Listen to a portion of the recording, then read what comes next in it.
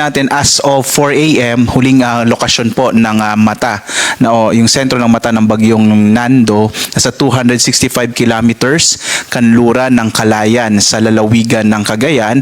Taglay niya yung pinakamalakas na hangin nasa 185 kilometers per hour malapit sa gitna, pagbugso na sa 230 kilometers per hour. Mapapansin po natin humina po or bahagyang humina yung bagyong Nando bagamat nasa super typhoon category pa rito as we speak.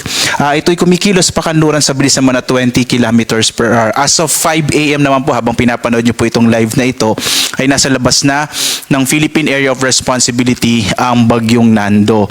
Samantala patuloy pa rin yung pag-ila ng southwest monsoon kaya malaking bahagi pa rin ng Luzon kasama yung Kabisayan ay makararanas ng medyo maulap na kalangitan na may kalat-kalat na mga pag-ulan, pagkilat, pagkulog. Sa mga kababayan natin sa Mindanao ang inaasahan natin ay mga isolated rain showers and thunderstorms lalo na sa hapon hanggang sa gabi. Samantala minomonitor pa rin natin itong low pressure area na maaring pumasok po ng Philippine Area of Responsibility ngayong araw at sa kasalukuyan naka-high chance, ibig sabihin malaki na yung posibilidad na ito ay maging bagyo within 24 hours. So posible po ngayong araw, earliest po today, latest po by tomorrow morning, early morning may magiging bagyo itong binabantay nating low pressure area at kung sakaling maging bagyo po ito, tatawagin po itong Opong.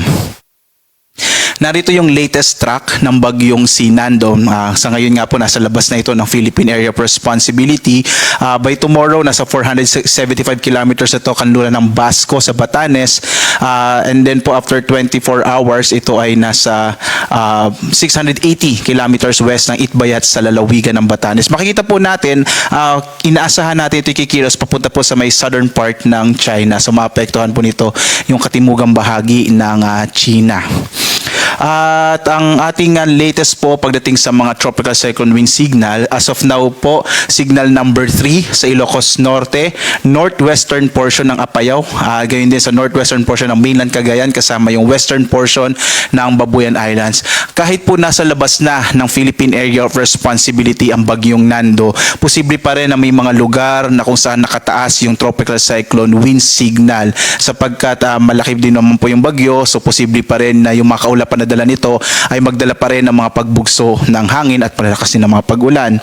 Samantala, signal number 2 sa Batanes, nalalabing bahagi ng Babuyan Islands, northern and central portion ng Cagayan, nalalabing bahagi ng Apayao, kasama rin yung Abra, Kalinga, western portion ng Mountain Province, northern portion ng Benguet, Ilocos Sur at northern portion ng La Union.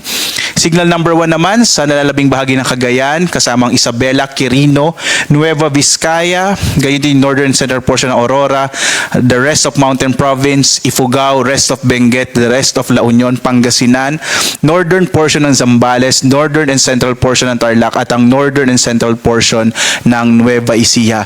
Yung susunod po na update natin as of 11, mamaya pong 11 a.m. posible pong mabawasan na significantly yung dami ng mga lugar na may tropical cyclone wind signal.